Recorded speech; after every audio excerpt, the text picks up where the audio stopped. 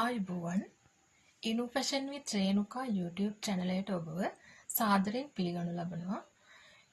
ඉතින් මම අද වීඩියෝ එක තුළින් දෙන්න බලාපොරොත්තු වෙන්නේ ෆ්ලෙයාර්ඩ් සායක මිමි සකසා ගැනීම සහ ෆ්ලෙයාර්ඩ් සායක් කපා ගන්නේ කොහොමද කියලා.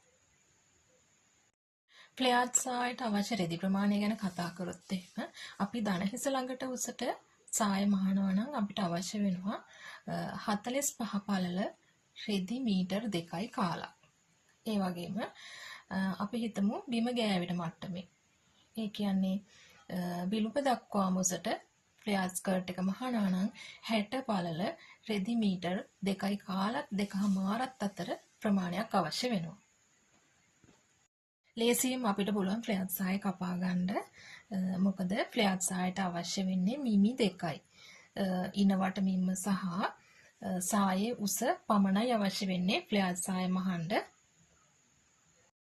සායේ උස මිනුම ගද්දි මතක ඇතිව අපි මේ ඉනට බෑන්ඩ් එකක් අල්ලනවා. ඒකල සයිඩ් එකට ෂිපර් එකක් අල්ලනවා. ඒ නිසා ඉනවට බෑන්ඩ් එකේ ප්‍රමාණය ඉතිරි කරලා සායේ උස අවශ්‍ය ප්‍රමාණය ගන්න ඕනේ. අපි දැන් බලමු ෆ්ලෙයාර්ඩ් සායට මිමි සකසා ගන්නේ කොහොමද කියලා. උදාහරණයක් විදිහට බලමු අපි සායේ උස අඟල් 20යි ඉනවට අඟල් 33යි. ඉනවට 33යි අඟල් මේක බෙදනවා 3. සම්මතයක් විදිහට ඕනෑම කෙනෙකුගේ ඉනවට අරගෙන ෆ්ලෙයාර්ඩ් සාය ඉනට බෑන්ඩ් සහිත ෆ්ලෙයාර්ඩ් සාය මහද්දී ඉනවට මිම්ම 3ෙන් බෙදනවා. 33 3ෙන් බෙදුවොත් අඟල් 11යි. සායේ උස අඟල් 20යි. උසට එකතු කරනවා මෙන්න මේ ආව ඉනවට බෙදාගත්තු උත්තරේ. අඟල් 11යි. සායේ උස වෙන්නේ අඟල් 31යි. දැන් අපි බලමු මේ සාය කොහොමද රූප සටහනේ ඇඳගන්නේ කියලා. උස අඟල් 31යි.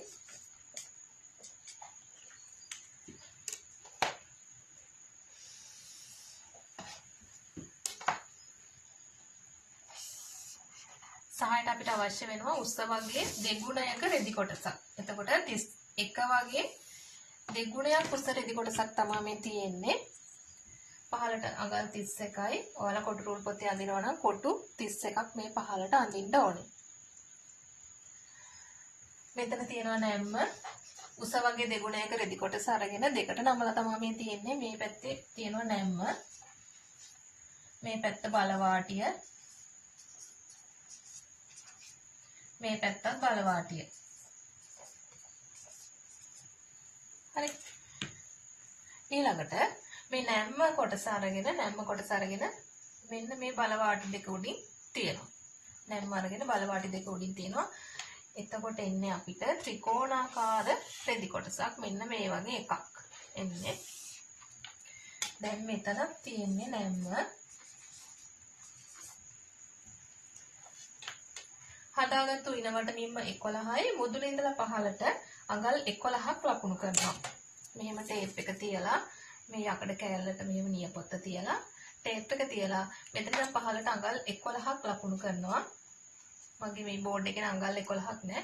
නමුත් 11ක් ලකුණු කළා තමයි ඒ 11 ළඟින් ටේප් එකයි චෝක් එකයි දෙකම ආධාරයෙන් රෙද්දේ මෙන්න මේ විදිහට කවේ ඇඳගන්නේ. නැවත අඟල් 31ක් ලකුණු කරනවා පහළට. 31 එන තැනින් මේ විදිහට ටේප් එකයි චෝක් එකයි දෙකම ආධාරයෙන් මේ විදිහට කවය ඇඳ ගන්නවා වාටිය වක්‍රය. මේ විදිහට කපපුවාම ෆ්ලෙයාර්ඩ් සායේ එක එක පැත්තෙන් එල්ලිලා වැඩිපුර කැපිලා වගේ පේන ගතියක් එන්නේ නැහැ.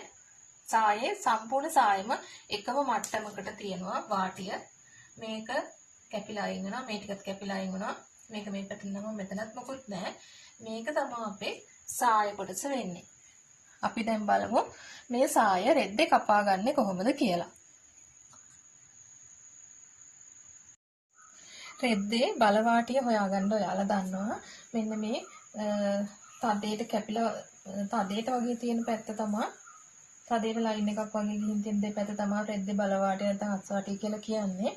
ඉතින් මේ පැත්ත උස පැත්ත දික් නූල් යන්නේ මේ පැත්තට, හරස් නූල් යන්නේ මේ පැත්තට. අපි රෙද්ද දික් නූල් යන පැත්තෙන් තමයි රෙද්ද කපන්න පටන් ගන්නෙ. ෆ්ලෙයාර්ඩ් සායට අවශ්‍ය වෙනවා සායේ උස වගේ දෙගුණයක රෙදි කොටසක්. දැන් මේ පුද්ගලයාගේ උස අඟල් 31යි අපි හදාගත්ත මිම්ම 31 වගේ දෙගුණයක් උස රෙදි කොටසක් අවශ්‍ය වෙනවා ෆ්ලෙයාර්ඩ් සාය මහගන්න. දෙගුණයක් උස රෙදි කොටස අරගෙන උස පැත්ත දෙකට නමනවා. මෙතන අඟල් 31යි. අපිට 31ක් තිබ්බහම ඇති අපි වැඩි ටික මේ විදිහට පහළට අතාරිමු. ඔන්න 31ක් වගේ උස දෙගුණයක් උස රෙදි කොටසක් තමයි මේ අරගෙන තියෙන්නේ. ඉතින් උස පැත්ත දෙකට නමනවා මේ ආකාරයට. මේ උඩ තියෙන නැම්ම, මේ තියෙන නැම්ම, මේ තියෙන නැම්ම උස පැත්ත දෙකට නැවුවා. පළල පැත්ත. ඒ කියන්නේ පළල පැත්ත කියන්නේ මේ පැත්තනේ. මෙන්න මේ උඩ නැම්ම අරගෙන මෙන්න මේ නැම්ම අරගෙන මෙන්න මේ බලවාටි දෙක උඩින් තියාගන්නවා. මේ විදියට. බලවාටි දෙක උඩින් තියාගෙන හොඳට රෙද්ද විහිදවලා හදාගන්න. නැත්නම් එක එක තැන්වල රෙද්ද නැවිලා වගේ තිබුණාම එක පොටක් එල්ලෙන්න බලනවා. ඒ නිසා පොටවල් 4ම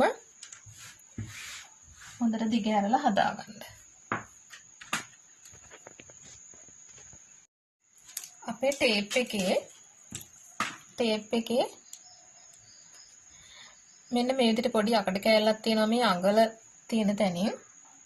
පොඩි අකඩ කෑල්ලක් තියෙනවා. ඕකට මේ විදිහට පෑනක් දාගන්න. පෑන් තුඩක් දාගෙන තමයි අපි මේ ෆ්ලෙයාර්ඩ් සාය කපන්න ඕනේ. පෑන් තුඩක් හරි මොකක් හරි උලක් වගේ දෙයක් දාගෙන චෝක් එක ආධාරයෙන් ඇඳලා තමයි ෆ්ලෙයාර්ඩ් සාය කපන්නේ. එතකොට කිසිම ඇද කුදක් එන්නේ නැහැ. දෙපැත්තෙන් උස කොට ගතියක් එන්නේ නැහැ. දැන් මෙයාගේ ඉනවට තියෙනවා අඟල් 11ක්. මෙතන ඉඳන් පහළට අඟල් 11ක් අඟල් 11ක කවයක් මේ විදිහට ඇඳ ගන්නවා. අඟල් 11යි සම්පූර්ණ උස තියෙනවා අඟල් 33ක්. මේ විදිහට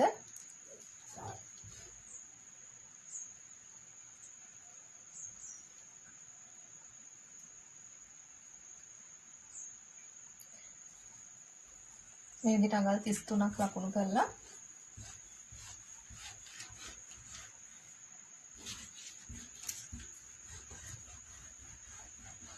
අපිට පුළුවන් කවේ ඇඳ ගන්න. ඒකලා කපා ගමු. මේ විදිහට කපා ගන්න.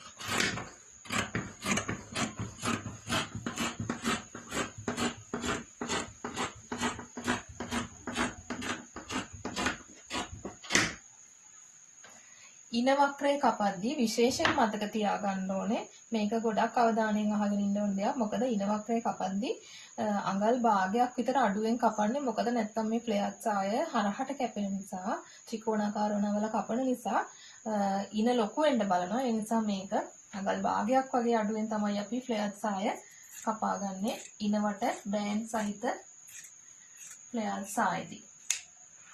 ඔන්න අපේ ෆ්ලෙයාර්ඩ් සාය කපාගෙන ඉවරයි. එතකොට උඩින් ඔයගේ යෝගි කොටසක් අයින් වෙනවා. පහළ කොටසත් අයින් වෙනවා.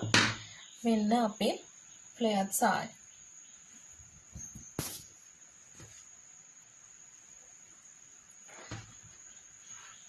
මෙන්න තියෙනවා ෆ්ලෙයාර්ඩ් සාය. කිසිම උස කොට ගතියක් එහෙම මොකුත් එන්නේ නැහැ.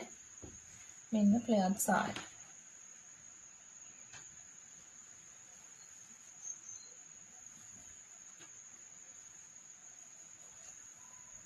මේ තියෙන්නේ දැන් කපාගත්තු ෆ්ලෙයාර්ඩ් සාය.